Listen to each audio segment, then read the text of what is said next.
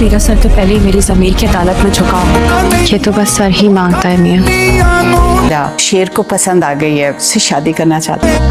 हमारे यहाँ गैर सैयदों में बेटी नहीं दी जाती। आपका एक मुरीद अपनी औलाद की खुशियों की भीख आपके पास मांगने आया। वजह से मायूस भी गए ना, मैं खुश रहूंगा जिंदगी। मेरे बाप ने सबके सामने घुटनों पे बैठ के मेरी खुशियों की कीमत तो तक। मैं आपसे वादा करती हूँ किसी की जान लेने से जान देने तक हर हुक्म मानूंगी।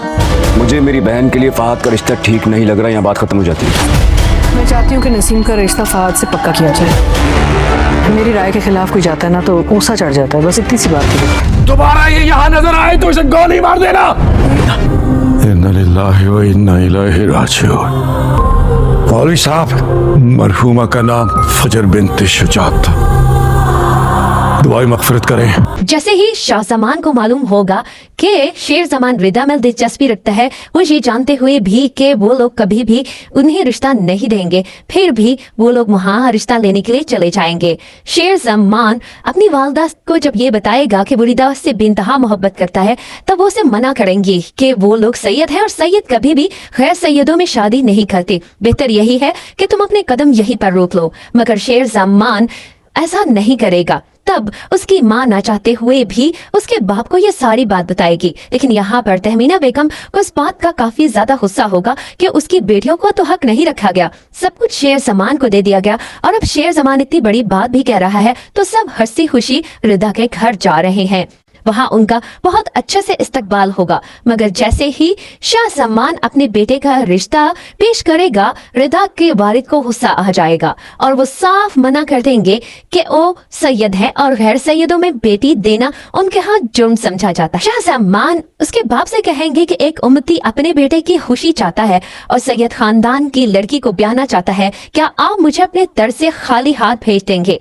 तब रिदा का बाप यही कहेगा कि उनके यहाँ ऐसा नहीं होता, वो बहुत ज्यादा मजबूर हैं। यहाँ पर वो लोग रिदा का रिश्ता लेने तो आए हैं, मगर किसी को भी ये यकीन नहीं है कि ये रिश्ता हो पाएगा या नहीं हो पाएगा। लेकिन जिस तरह से अपने बाप को शेर जमान झुके हुए देखेगा, फौरन उठकर भागेगा, वालिद को उठाएगा, गले लगाएगा और बोलेगा कि बाबा ये रिश्ता हो ना हो, मुझे मेरी खुशियां मिले ना मिले, मगर जिस तरह मेरी खुशियों की खातिर अपने घुटनों के बल बैठ गए, इस बात की मुझे बहुत ज्यादा खुशी है।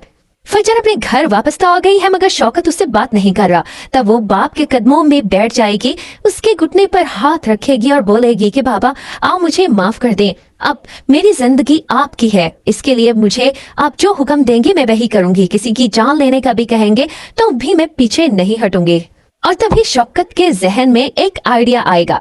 इस सिलसिले में वो अभी उसे कुछ नहीं कहना चाहता, मगर फजर को जिस तरह से वो नजरअंदाज करेगा, उसके बाद उसके वालिद और फुप्पो वो भी यही चाहेंगे कि फजर को सिर्फ उसके कमरे तक ही महदूद कर दिया जाए। जो बदनामी होनी थी हो चुकी, वो लोग अपनी आबाई हवेली छोड़कर लाहौर भी आ गए, मगर ये बदनामी ज्यादा देर तक यहाँ भी वो छुपा नहीं पाएंगे और ये बदनामी उनके खानदान के लिए एक बहुत बड़ा दाव बन चुकी है। दूसरी तरफ शेर जमान अपनी माँ और अपने बाप दोनों से ही बहुत ज्यादा खुश है, मगर वो इस बात से भी परेशान है कि पता नहीं रिदा के घर वाले इस रिश्ते के लिए राजी होंगे भी या नहीं होंगे। उसे ज्यादा उम्मीद तो नहीं है, मगर वो रिदा से मोहब्बत करता है और उसे ये भी मालूम है कि रिदा भी उसे चाहती है, मगर वो अपने घर वालों के सामने मजबूर है, ये भी वो जानता है।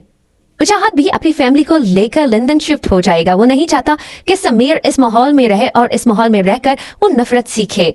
फजर बिल्कुल अकेली रह गई है। पहले उसकी चची उसका साथ देती थी, मगर आए रोज के फुप्पो के तानों ने उसका तो जैसे दिल ही छलनी करके रख दिया है। यहाँ पर शगुफ्ता अपनी बेटी फजर को अपनी माँ के घर ले जाना चाहती है, लेकिन वो यहाँ से जाना ही नहीं चाहती। तहमीना बेगम शेर को गले तो लगा लेंगी, मगर कभी भी वो उसे अपना बेटा तस्लीम नहीं करती। उन्हें लगता है कि अगर शेर जमान ना आता तो शायद उसकी बेटियों का हक यहाँ पर ज्यादा होता। शाह जमान की सारी दौलत जायदाद पर सिर्फ और सिर्फ उसकी बेटियों का हक है और इसके लिए वो बदर के साथ भी मिल जाएगी।